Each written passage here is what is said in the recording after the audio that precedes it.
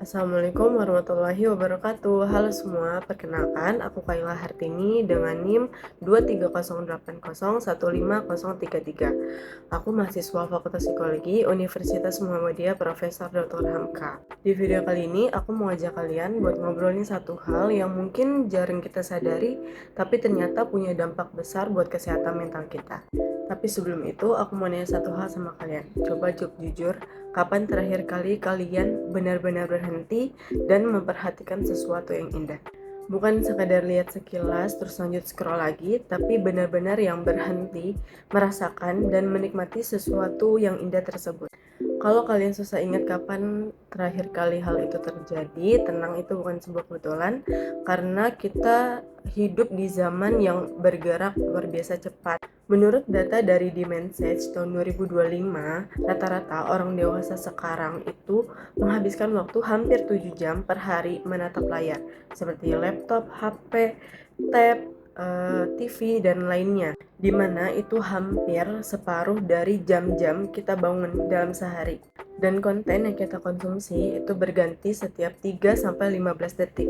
Otak kita tanpa kita sadari itu sudah terlatih untuk terus bergerak, terus mencari hal baru tanpa pernah benar-benar menyerap satu momen pun. Nah, ada satu temuan dari dunia seni yang menurut aku cukup bikin kita perlu berhenti sejenak.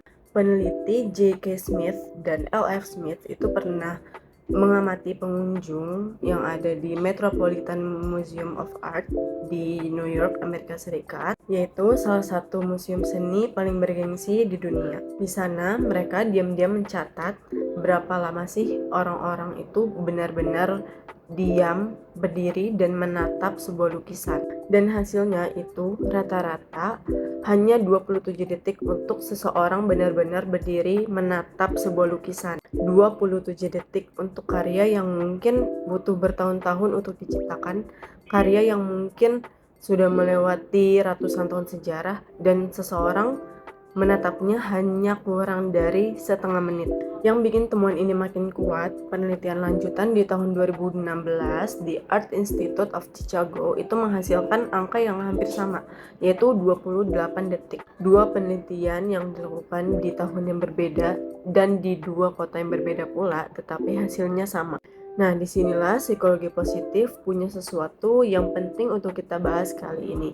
Ada satu kekuatan karakter atau karakter strength yang di tengah dunia kita yang serba cepat ini jadi semakin langka dan semakin berharga, yaitu appreciation of beauty and excellence yang ada di dalam Virtus Transcendence.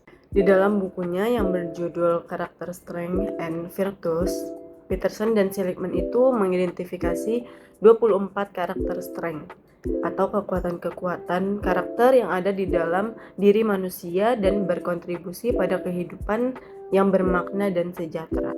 Salah satunya adalah appreciation of beauty and excellence, yaitu kemampuan untuk menemukan, mengenali, dan benar-benar menikmati keindahan dan keunggulan yang ada di sekitar kita. Nah, orang yang memiliki kekuatan ini sering merasakan sesuatu yang disebut awe, yaitu rasa takjub yang mendalam gitu. Nah, bisa saat berjalan di tengah alam gitu misalkan, atau kayak membaca buku yang bagus, melihat pertunjukan seni, atau bahkan ketika kita tuh menyaksikan seseorang melakukan sesuatu dengan sangat baik. Sebaliknya, orang yang belum mengembangkan kekuatan ini itu cenderung melewati hari-harinya tuh seperti kayak sedang terburu-buru ke suatu tempat gitu. Semua yang indah di sekitar dia terlewati begitu saja gitu, tanpa meninggalkan kesan apapun.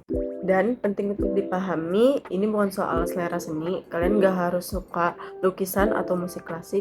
Jadi appreciation of beauty and excellence itu bisa muncul dari mana aja. Kayak misalkan lihat matahari terbenam, sunset, dari permainan bola yang seru, menyenangkan gitu, atau dari kalimat yang ditulis dengan sempurna, atau dari kebaikan hati seseorang yang kamu saksikan secara tidak langsung gitu.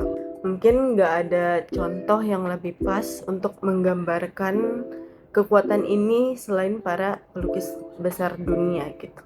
Contohnya Vincent van Gogh.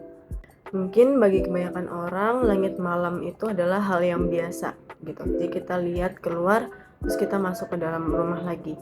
Tapi bagi Van Gogh, langit malam itu adalah sebuah simfoni visual.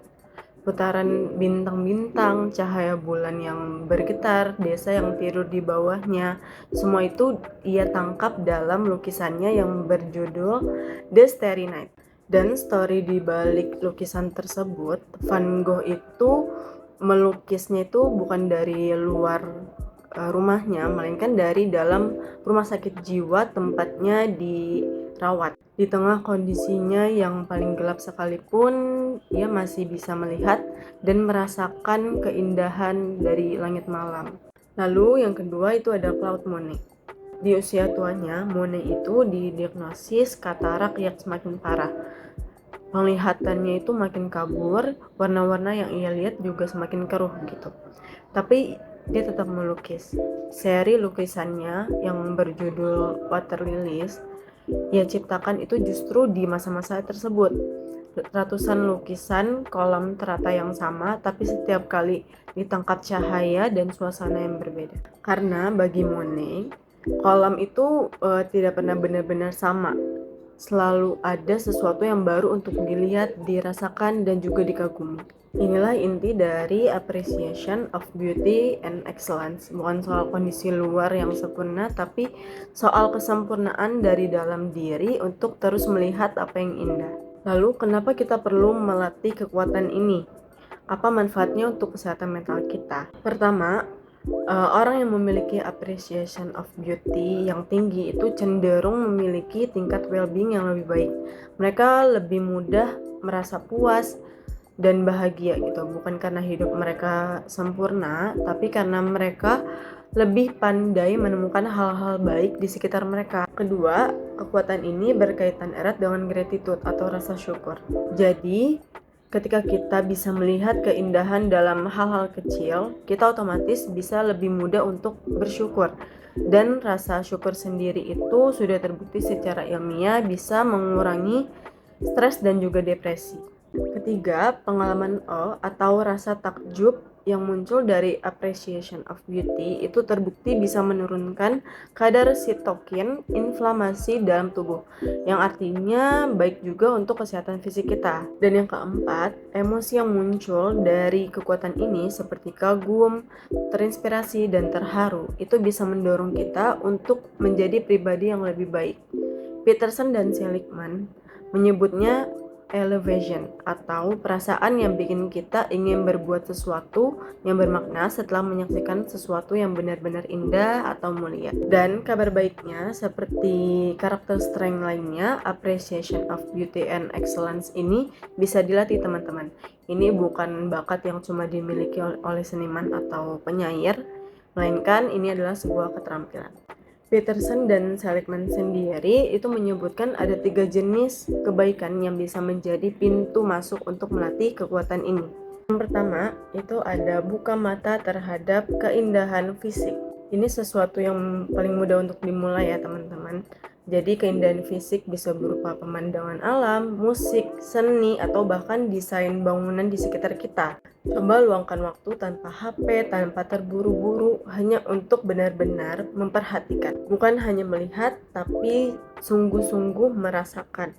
Ini yang dilakukan oleh Walt Whitman setiap harinya, dan Peterson dan juga Seligman itu menjadikannya contoh utama seseorang yang tinggi dalam kekuatan ini. Lalu yang kedua itu ada kagumi keahlian dan bakat orang lain. Peterson dan Seligman menyebut ini sebagai responsivitas terhadap skill or talent, yaitu kemampuan untuk benar-benar tergerak saat melihat seseorang melakukan sesuatu dengan sangat baik.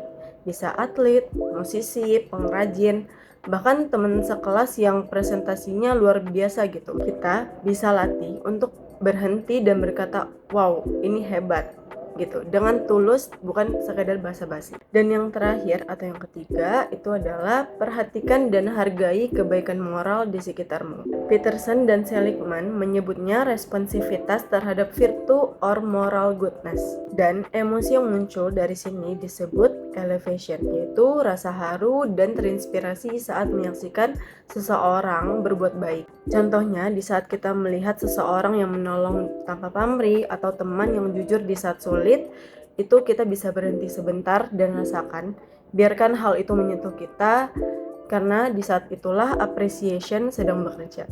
Di tengah dunia yang terus bergerak cepat, berhenti sebentar itu bukanlah sebuah kelemahan. Justru itu adalah sebuah kekuatan. Kalian tidak perlu menjadi pelukis untuk merasakan itu. Kalian hanya perlu berlatih untuk terus benar-benar melihat dan membiarkan diri kalian tergerak oleh apa yang kalian lihat. Karena pada akhirnya hidup yang bermakna itu bukan hanya soal pencapaian besar, melainkan juga soal berapa banyak momen indah yang benar-benar kita hadiri dengan sepenuh hati. Sekian dari saya, semoga setelah ini kita bisa berhenti sebentar dan benar-benar melihat keindahan yang ada di sekitar kita. Aku Kayla, terima kasih sudah menonton video ini. Assalamualaikum warahmatullahi wabarakatuh.